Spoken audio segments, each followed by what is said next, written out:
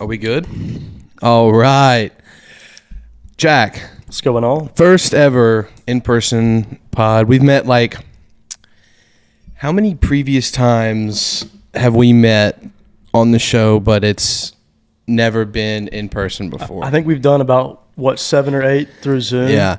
I remember one of the first ones that we did on Zoom, and I resulted to Zoom for so long. Who was that first fight card we covered on Zoom? Who was that? Do you remember?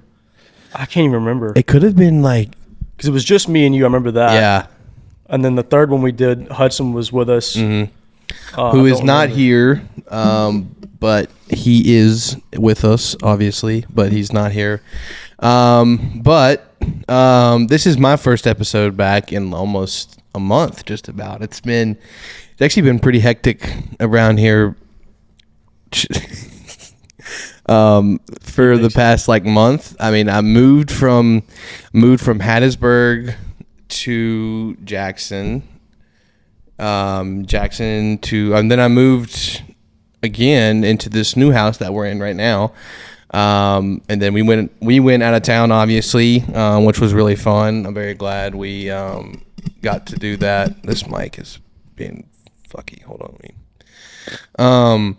But there's no time to start right now. So, and especially with the stuff that we've got to cover today, I feel like there's always. Hold on, I got to figure out how to make this thing from. It's I'll be fine. I'll just hold it, I guess. So I guess where we can start, Jack, is we can just start from what was the most recent, which was what I didn't really get to watch a whole lot of last week's card just because I was working that night, but I didn't get to watch a whole lot of it. But I did catch the Cannonier and Vettori fight, and I just got to say that fight is potentially to be one of the best fights of the year. 100%. Because we know the type of fighter that Cannonier is. I mean, he's he hasn't really he's a main event guy though. I think 4 out of his last 5 are main events. I mean, he had the Izzy fight that was a main event, and then I can't even remember. I can't even go back that far. But I was looking and I had on here, it's one of the best fights I've seen in a long, that is one of the best fights I've seen in a very long time. Right. Especially from a performance like Jared Cannonier. Yeah. And 247 total strikes. Was that significant or just significant strikes? Yeah. And for Marvin Vettori to absorb 200, you said 247? Yeah. 245. Yeah. 47. Or 247 significant strikes. I'm assuming most of which were to the head area and still be standing. I mean, that dude's got an iron chin. I mean, I actually had money on Vettori, but I wasn't even mad he lost because I like Cannonier. And Cannonier, I think, started out actually at wasn't it light heavyweight? And then worked his way down to middleweight. He's a huge dude. He's got a solid record. It was a really good fight. Like you said, potentially fight of the year. And what's really interesting about those two guys especially is that those two guys are known for obviously fighting Adesanya and losing to Adesanya. Right. But what I thought about Jared Cannonier in that fight is that he was trying to prove that he can still get out there and shine under those lights and do what he does, he just fought admirably and performed admirably. And Vettori was in that fight too. I mean, obviously he went all 5 rounds. I mean, it went the distance. Right. But it was clear. There was a clear. If you guys watch the fight, there's a clear idea about a clear run on who's winning the fight throughout. Right. But yeah, Cannonier. I don't know what exactly they're gonna do with him next, because the middleweight division is in a really weird spot. Everybody's got fights. I mean, we got 291 coming up, which has got some middleweights. Paulo Costa's coming back. We'll get into that later. Adesanya is still waiting on somebody. Well, I think that's going to be the winner of Duplessis and Whitaker, which is going to be an amazing fight. Even though I think it's going to be a good fight, but I think Whitaker is just too much. I think it's going to be too much for Duplessis. I don't know. There's a bunch of stuff coming out now about Dricus Duplessis getting nose surgery because apparently he had a deviated septum, and during his fights, most of which being 3-round fights, he could only intake about 8% of oxygen. Dang. Which was supposed to be, obviously really bad for him. And now that he's gotten his deviated septum fixed, they believe that he'll be able to fight 5 rounds with whoever, no problem breathing whatsoever. But yeah, Robert Whitaker and Dricus Duplessis for International Fight Week. That's going to be huge. That whole card is going to be great. And if they're doing that for International Fight Week, I can't imagine what UFC 300 is going to be like. But the thing is, Colby and Conor. That's like my dream UFC 300 because you go back and look at what 100 and 200 was like. Both were headlined by Brock Lesnar, by the way, which is weird to think about. I think Colby and Conor's definitely what they have in mind. If they could piece that together, which I'm sure they could. On the topic of Conor McGregor, I do want to talk about him for a minute.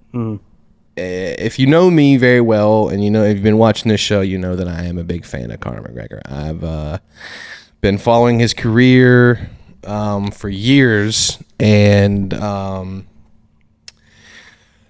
we just got news. I think it was yesterday or the day before yesterday morning. Well, if you want to be exact, midnight of yesterday. That Conor did not enter the USADA pool. So for people who don't know what that means, the USADA testing, you probably know what the USADA testing pool is, but for UFC fighters, if you want to be eligible to fight, you got to enter the USADA pool, and you got to stay in it for 6 months? It's 6-month minimum, yeah. 6 months, and then once you're out of that 6 months, you're eligible to fight, and you can get a license. Conor, who has been out of the octagon for almost 3 years now, and obviously the injury was pretty nasty, so that is a long, that is one type of journey to come back from. But obviously the pictures floating around on Instagram of him looking abnormally big, bigger than I've ever seen him before. Right. And people are starting to ask a lot of questions and say he's got to be taking stuff. He's got to be taking something, using steroids, something like that. But he didn't enter the pool, and I'm not, and I try not to be biased, but I'm gonna say that I really feel bad for Michael Chandler, for a guy who also with Doing Tough, which is currently airing right now. He's also got to get in his own training camp and train himself. Right. And like Conor was saying, USADA, USADA, USADA stands for United States Anti-Doping Agency.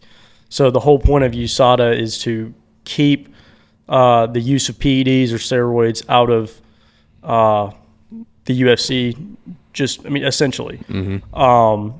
Which some people have found ways to. Some people have found ways to take stuff and TJ Dillashaw and get around it without getting busted for it. But I feel bad for Chandler also.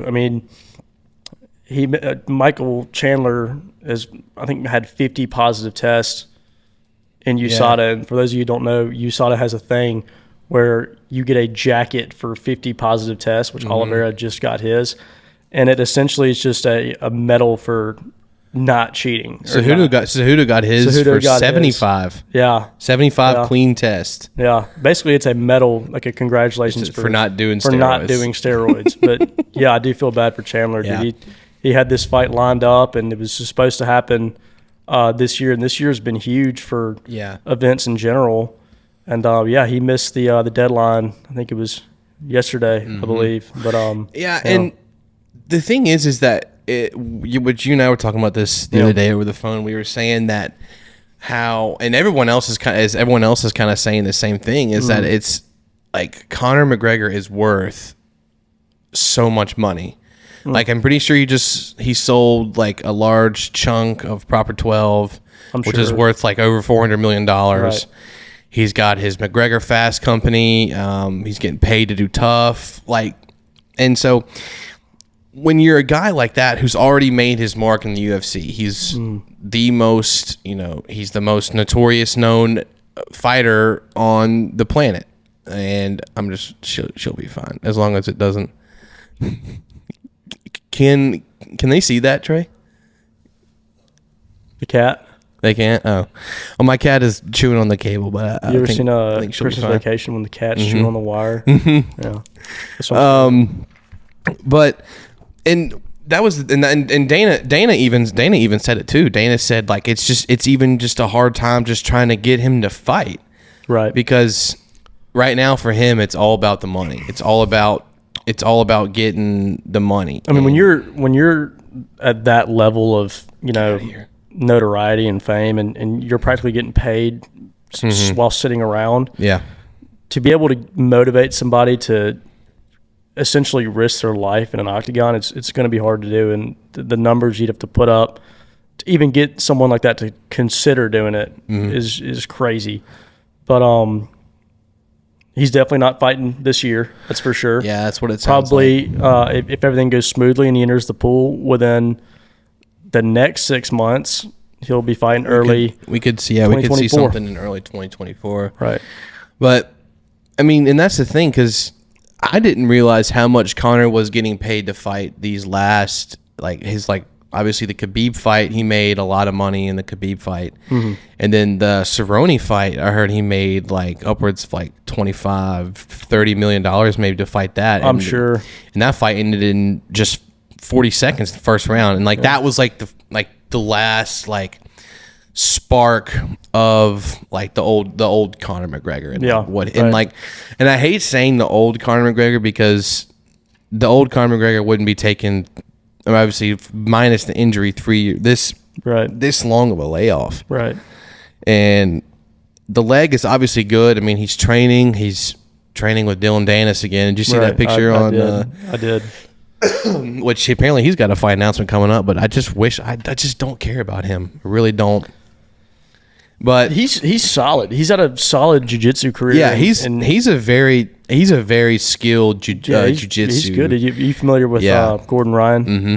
He rolled with Gordon Ryan, I think, about a year and a half, 2 years ago. I think that might have been his last. And this is just competition stuff, but he held his own against Gordon Ryan. Yeah. Gordon Ryan is one of, if not the most notable jiu-jitsu wrestler out there. So he's good. So what ideally, what was the original plan for Conor if he was going to come back? It was going to be a possible, I think it was November 29th, I think, against Chandler and MSG, and then the next month was going to be December against Stipe and John Jones. Right.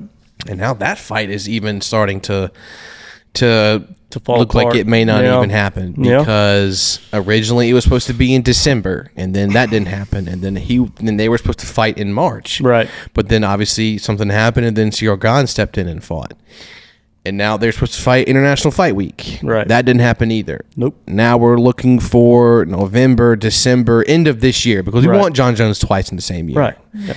So, but there's still nothing on that either. Right. Nothing on, and John Jones is going to PFL events now and doing face-offs with Ngannou, which obviously as a fan, I'm not wholeheartedly pissed off at that because who doesn't want to see John Jones and Francis Ngannou face off?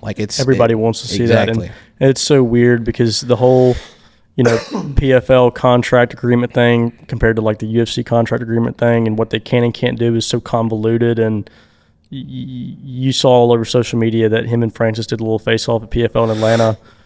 And when you see that, people that have been wanting to see Francis and John Jones fight, they see that and they're like, well, okay, y'all have waited till now. He's in PFL and now John Jones still has his contract. Mm-hmm. What's the point? What's the point of this face-off stuff? Because it's not going to happen. Mm-mm.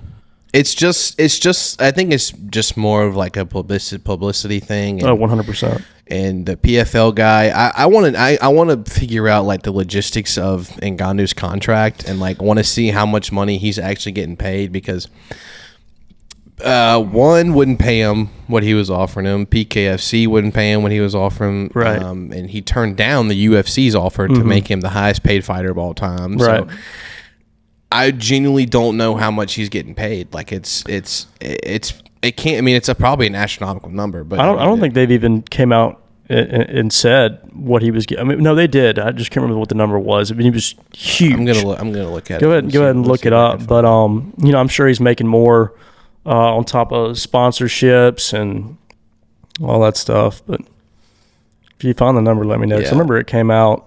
How much is Francis Ngannou's PFL contract? $4 million per fight. Yeah.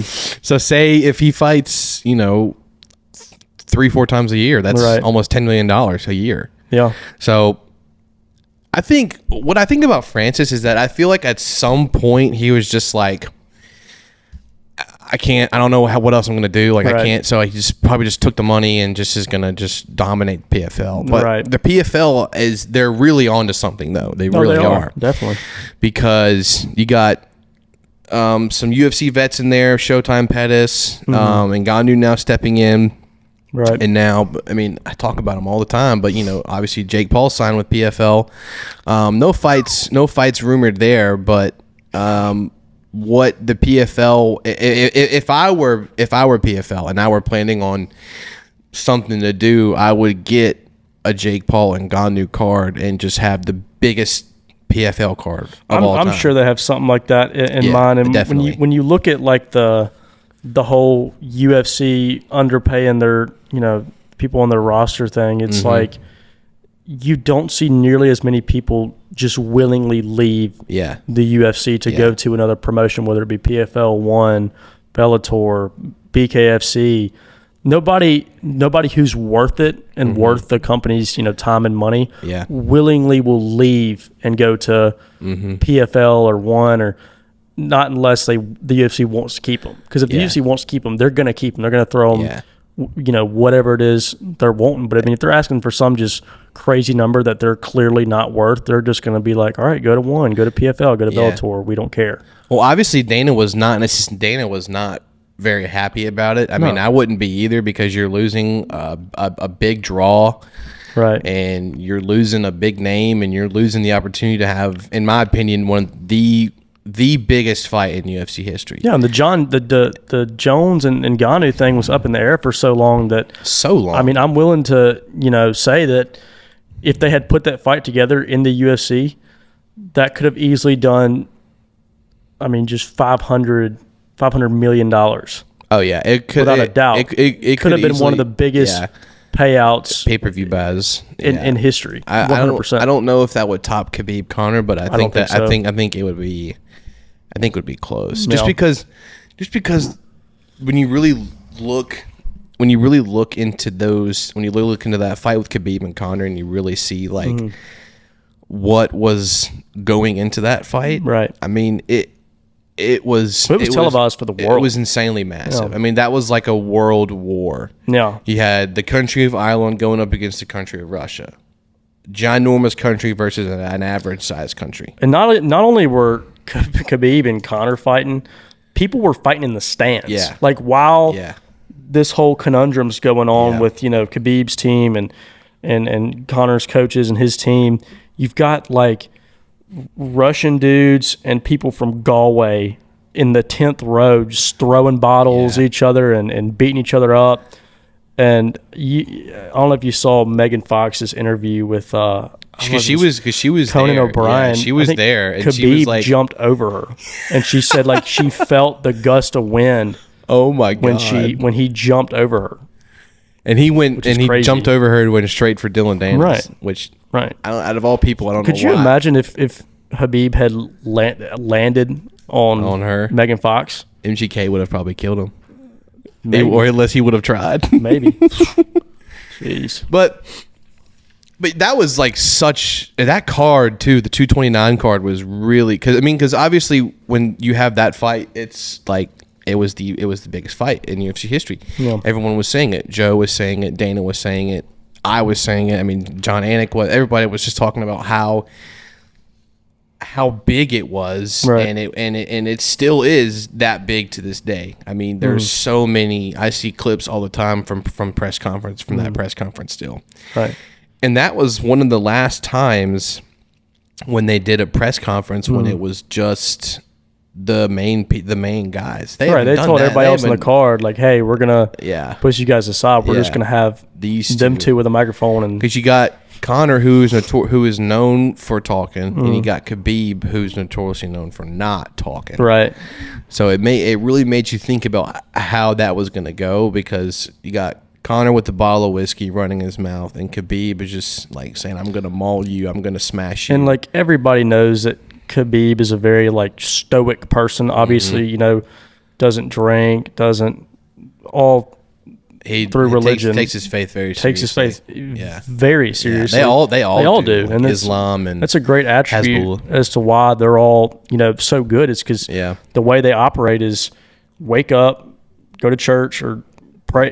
They pray. Train, I'm pretty sure they pray at like 6 in the morning. Yeah. They're very, very, very serious about it, and that's one of the huge attributes as to why they're so good. Yeah, just so good. And it don't even have to be MMA. It could be anything. They take everything so seriously, and they're completely no nonsense. Yeah. And you hear a lot of times now that once Islam's gone, the whole Dagestani era is over. It's not, because when you look at what they're doing over there, so much more of those guys. Like that guy last night on Tough. Yeah, Timur. Yeah. That dude. Yeah. That dude's legit. And like you see videos online of like kids this high who were wrestling other kids in Dagestan, and it's like it's a Khabib factory. Yeah, and like it's literally a Khabib factory. And what's so good about that is that like, if you're from Dagestan, like you're either like you fight, like that's what you do. Like you fight, you train. Yeah.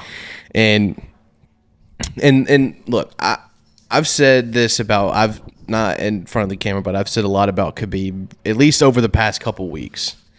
Now, what I think about him as a fighter, I think he's great. He's definitely one of the greatest fighters of all time. Right. But people need to really do the research and look about how his career really was. Yeah. His career was great. I mean, he beat everybody. I mean, pretty good. He beat Conor, beat Dustin Poirier, Gaethje, Ralphie, Michael Quinta. Johnson. Yeah. I mean, Ally Quinta. Yeah. So I mean, there's good fights on his resume. Right. But look at Jose Aldo's resume. Look at Dustin Poirier's resume. GSP, Look at Demetrius Gaethje. Johnson. Look at Gaethje's. I'm just talking about in just 155 guys who have beaten. Just 155. I mean, Dustin Poirier arguably has a better resume than Khabib, who's beaten Gaethje, who's world champion, Eddie Alvarez, who was a world champion, Conor McGregor twice, who was a former world champion. Mm-hmm. He's gotten in there with so many high level dudes. Yeah. But they all say the same exact thing about Khabib. which is just Did like, you get that? Is that on there? No. Dang it. Yeah, hey, y'all don't have to whisper, by the way. These mics don't pick up on y'all. But Khabib was just definitely he had probably the most dominant career, I think, in my opinion, just because everything that he did and just his style of fighting and his fashion was just so unreal. Now, while on the topic of unreal dudes, I want to talk about Khamzat Chimaev. Now, if you follow me on Instagram, you know that I am obviously always posting about Khamzat, but I've never really talked about him to an extent. So Khamzat, we have not seen Khamzat since UFC 279, I think it was, against Kevin Holland, when he was supposed to fight Diaz, but he missed weight and he ended up fighting Was it George? It wasn't George. No, I don't remember. Khamzat was scheduled to fight Nate Diaz, but he had missed weight by 8 pounds, and there's 8 pounds, 8.5, and there was some conspiracy as to whether or not the company told him to do it, either made him or wanted him to do it, or I heard that Nate was an influence on that because I'm sure, because people say this all the time. Nobody wants to fight that guy. No. That is the most true statement about any fighter ever. Yeah. About Khamzat Chimaev. Mm-hmm. Nobody wants to fight him. That's why we haven't seen him in a year and a half, because nobody wants to fight him. Mm-hmm. Now that Gilbert Burns fight was the biggest test of Khamzat's career. Oh, 100%. I think that proved to a lot of people that, Khamzat's human. Yeah, and I mean, definitely. You see how he rolled through, Gerald Mearshart. Who was fighting on? Yeah, I think it was 292 in Boston. I think. Yeah, I had it written down I'm pretty sure that's the. And he was he was like Khamzat's first high level dude that he was getting in there with, because he's a good fighter. Yeah, he's good. He's solid. But Khamzat, we knocked him out in the first round. When you look at Khamzat, you look at the whole. Hey, just a little bit, Mom. Y'all be quiet just a little bit. And when you look at Khamzat and look at what he's done, and even if you don't know anything about MMA or very little, you could look at him and be like, I know this guy can wrestle. Yeah. But he's got hands. He's got hands. His striking is mildly underrated. Yeah. I've seen this guy's training footage. I've seen so much. He is probably in recent weeks and months, he is probably the fighter that I have put and invested so much stock in. Mm-hmm. Like every single time that guy fights, I'm willing to put my entire bank account on it because of. I will quote Joe Rogan. He's the motherfucker of motherfuckers. Like, he is a savage. Like, he's good. He is and I think, and I say this again, he's the best fighter in the world that does not have a belt. Or there's other guys you can put up in there, obviously, too, like Whitaker and other guys like that. But the thing about Khamzat is that that's the hardest part about being a fan of him, like me, is that you want to see him fight as often as possible. Well, especially when he first came into the UFC. I mean, he fought 2 times in 10 days. Yeah, that's unreal. He fought in fight week and was on a plane, and Dana called him and said, "You actually want to fight again next week?" And he was like, "Yeah, I do." And he goes, "All right, turn your plane around. We'll fight. You will fight next week." Came back to Abu Dhabi, first round submission. Right. Like, Dana has said it. They've never seen a guy like him before. No, and I think the UFC understands that he's a very rare and hot commodity. Yes. And they want to use him the best they can. And I think, I'm not saying the whole conspiracy thing about not fighting Nate Diaz and missing weight by 8.5 pounds was on purpose. Yeah. But what I do think is that they realize he's such a hot and rare commodity that they need to use him the right way.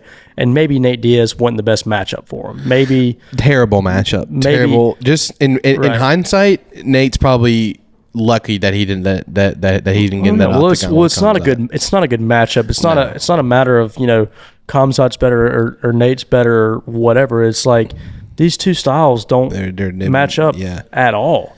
And it's like you've got Tony Ferguson, who was supposed to be fighting.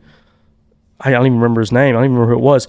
But then they put Nate with Tony, and that was awesome. Yeah, that was a great fight. That was great, and I think it's a fight that a lot of people tend to forget about. Is 100%. Is Khamzat? I mean, is Tony Nate and Tony and Nate? No, it was perfect. But about Khamzat and opponents is that there's been so many in the Twitter sphere is what I'll call it, about just who he's gonna fight. Right.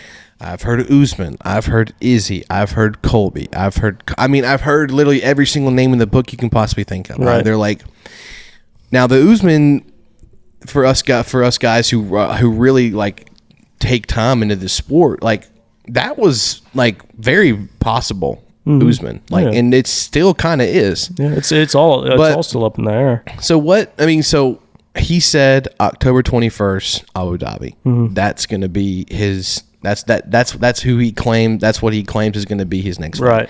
Now we don't know when or where, or we don't know who it's going to be against, though. But we have an idea of October 21st in Abu Dhabi. We've got a picture in mind, and I'd even go as far as say that, like I said, Khamzat's a very rare commodity, and I think that they think that he has the possibility of becoming the first triple champ in the UFC. Welterweight, middleweight, light heavyweight. Okay, welterweight champion is. I can see Khamzat. This might be a bit of a reach, and I could get stabbed for saying this maybe. Yeah, but Khamzat beats Leon. Khamzat definitely has the potential to beat someone like Israel Adesanya. Yeah, and then Khamzat, I think would beat Jamal Hill. Oh, definitely. I think so. Yeah. I think so.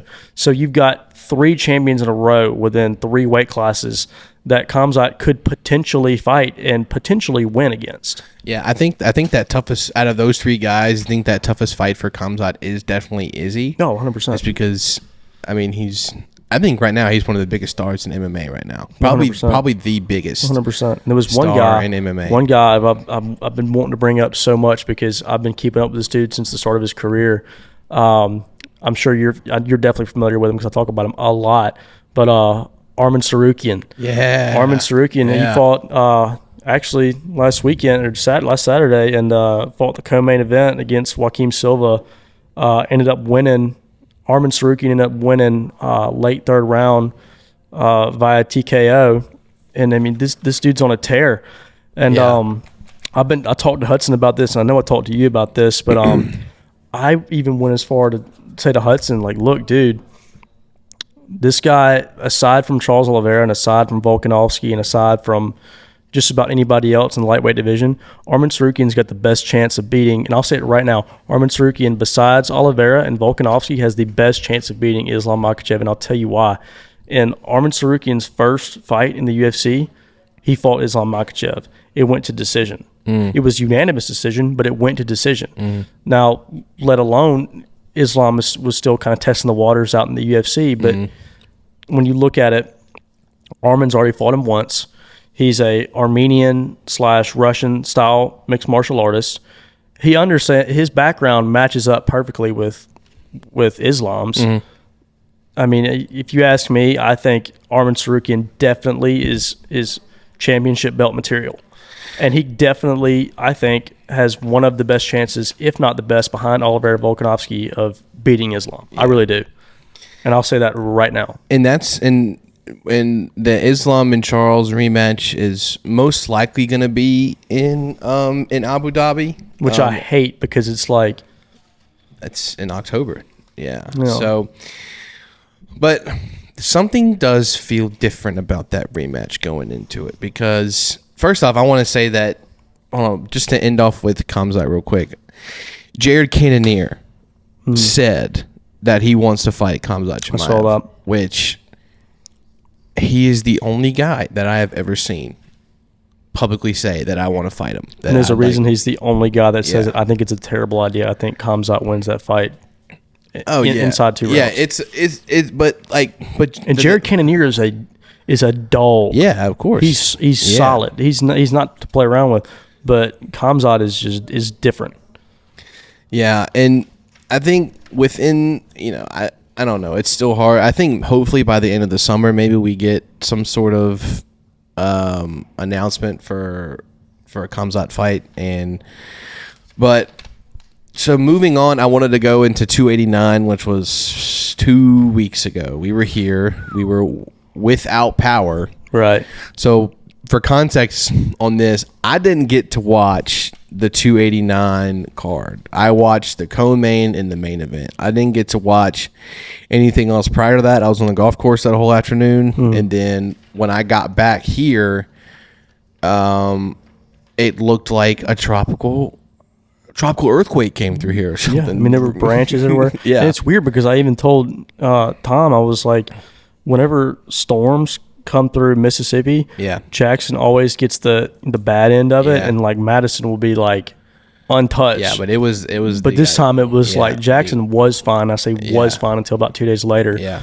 But it literally looked like Madison got firebombed. It was bad. There was stuff everywhere. But I got here at like 7 and the main card had already started. The main card was about to start, and we were all literally just sitting in the dark. I think you were watching like on your phone or something like that. I turned it on my phone until we got the TV or on the computer, and then we got the TV working, and then because Kim and Tom weren't even here, so the generator wasn't running.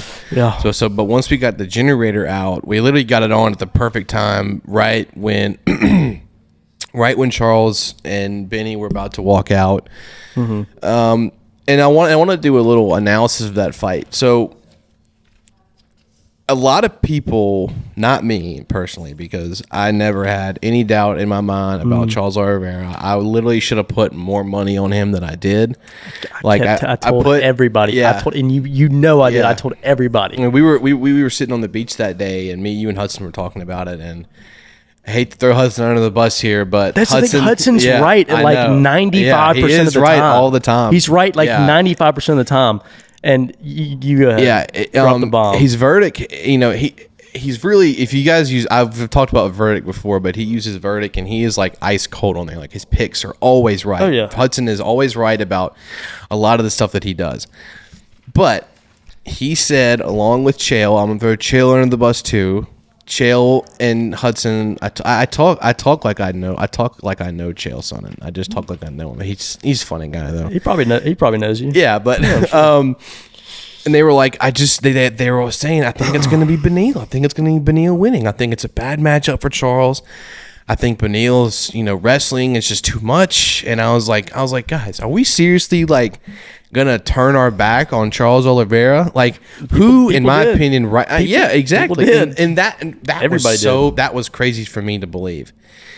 And I was like, Charles thrives under pressure. Right. Like that Islam fight was good. That was a good fight. It was great, but obviously Islam is just he's unreal. But Beneil was winning that fight. Yeah, he was. And I mean, sure, it only went one round, but if that fight would have gone the ending of that round, it would have been Beneil would have been up 1-0.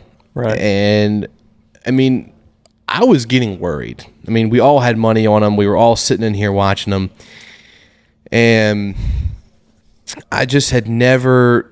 That turnaround that he had was just like some kind of spark just set off. Right, and everyone that was sitting in here was like, oh, he's going to lose. He's going to lose. And I'm like, give him a second. Let him get up. Just wait. Because Charles Oliveira is never more dangerous than when he's on the ground. Yeah. And everybody knows that. But, like, when you're, in a room full of people and you see one dude on the ground and he's, in full guard on the ground, like, your brain's obviously going to tell you, like, oh, this guy's losing. It's like, give him time. Let him get up.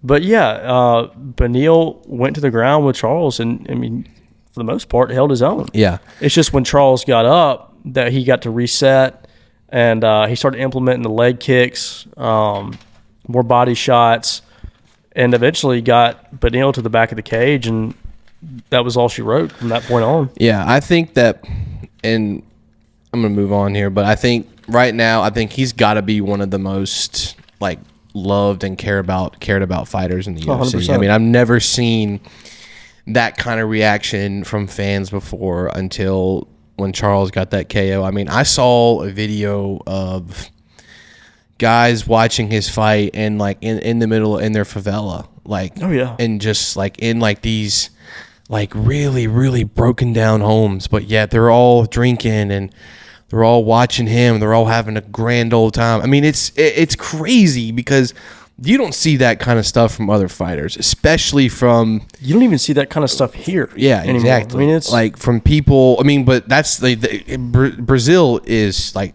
Charles Oliveira is Brazil. I mean, I'll put it this way. When you've got Charles Oliveira, who's from Sao Paulo, and then you've got Beneil Dariush, who's from... Is he from... He's from U.S., yeah. Oh, I swear he's from Armenia, but he trains here, so he's based out of the U.S. Yeah. When everybody is cheering on the Brazilian guy and not in the U.S. and in Mississippi, Yeah. I mean, that just gives you like an inkling of. For some reason, the U.S., whenever Brazilian comes and fights in the U.S., they just dog them. Yeah, they hate them. Like when Gilbert was fighting Jorge, everybody was on the Gilbert train. Like me included. I mean, I wasn't, but I knew Gilbert was going to win. Right. But I'm going to move on to get to the main event. So, Amanda Nunes retired. I hate it. Now, I don't know how long that's going to stick, though, because here's what I think. Now, Juliana Pena has been flapping her mouth recently about how she scared Amanda Nunes into retirement and how, like, she needs to come back and all that sort of stuff. Mm-hmm. I don't understand why she's complaining. She is literally about to get her next fight back is going to be for the 130 for the bantamweight championship. Like, she shouldn't be running her mouth about complaining about, but she wants to fight Amanda again, which I don't doubt her. I mean, I don't blame her. I mean, she beat Amanda, right? And that is like a true That's a great trilogy that I would have loved to see. I love them both, right? But Juliana was running about saying how she should have stayed in and that their trilogy fight should have happened, but I think that was the most dominating Amanda Nunes performance I've seen. Right. I mean, 50-44. They didn't even give Irene Aldana a round. I mean, and we all saw the same thing. I mean, it was just complete and utter dominance throughout the whole time. Yeah. And but I think it was a good time for her to retire. Because who else? Who else is she going to go up against besides Juliana? I think she's done like for good. She's done so much for the sport in her whole career. Yeah. I mean, she's obviously made enough money to She's the greatest female fighter to ever live. 100%. I mean, I think Juliana Pena just needs to take the opportunity at hand, which is undoubtedly the next title shot at the women's bantamweight division. And fight whoever they pair with. Maybe Aldana. Maybe. Mm-hmm. I could see it. Yeah, but or I don't know. There's going to be... But I definitely need the Shevchenko-Grasso rematch. I need that badly. That would be nice. But yeah, she's had a really historic career, and she's been really a pleasure to watch. I've really enjoyed watching her, and but it's good. It's good. So now I'm going to get into upcoming stuff. So today is Wednesday, and this will be up. Do you think it'll be up Thursday, Trey? Can get it out Thursday? Yeah, Thursday. That's quick. Yeah. Nice. Trey, this is what Trey does, That's why I pay him. Dude's got it down. Yeah. But Josh Emmett, Ilya Tapura is Saturday. Ilya is like one of our favorite guys right now, especially one of my favorite guys. Yeah. He is just like, I think he's one of the most dangerous 155 strikers. He's going to be a real problem for these other guys, especially like when he wins against Josh Emmett, because I just don't see him having a problem with Josh Emmett. Yeah. But that's going to be fun, and it's going to be interesting to see who Topuria is going to fight next. Maybe get a fun fight get him and Patty in there, even though I used to be a big Patty fan, but now I'm just not anymore. But I know he had surgery and he's all that sort of stuff, but he could have fought 6 months to a year ago. But right, I definitely have Ilya winning that fight. Josh Emmett is solid, and I just think he's a good fighter. I just think with the momentum that Ilya Topuria's got, that I think it'll be a good fight. I think it'll be close. I don't think it'll be a one-sided beatdown on Ilya's part, but it'll be good. I've got Ilya. It'll be a good fight. Yeah. So, and then after that, it goes into International Fight Week, which I feel like that needs to be like a whole separate thing to talk about. That needs to be so much. Yeah, that needs to be a whole. I think maybe during International Fight Week we can do like a International Fight Week podcast. If people saw how we react when this, yeah. And definitely, I want to do like a live. I want to do like a live stream. We'll figure that out to do like a live stream so we can get like our reaction. Is that possible? Yeah. Oh yeah. No way. We can figure it out to get because our live reactions are crazy. Yeah, they're nuts. Yeah, it's loud. So loud. So I would love people to see that. Yeah, especially after the Oliveira fight. The neighbors complained about me screaming on the front porch. Well, for those of you who don't know, I had begged and begged and begged everyone I knew to put money on Charles Oliveira. I ended up putting $75 on Oliveira to win. Like, we're not high rollers here. We're not. We do the bare minimum on betting. No, yeah, me especially, because I hate losing money. Right, but I begged and begged and begged everyone to lock in on Oliveira, and I think all of us did. Yeah, everyone here did. Everyone did. Everyone won big. Yeah. But I mean, I remember grabbing my phone, and before you could even interview Oliveira, I grabbed my phone to text Hudson, and I was like, Benil? Yeah, we had to rub it in just a little Hudson's bit. always right. I know. He's always right. And I even thought, like, he's kind of got a point. This is kind of a bad matchup for Oliveira. It was, yeah. That's so crazy. But I want to get into 291 for a little bit because Nate got to leave in a second. But what time is it? It's almost 4:30, but you can just be a little late. It's fine. No worries. But 291 in Salt Lake City, which is, I think right now that's probably my favorite card of the year. Yeah.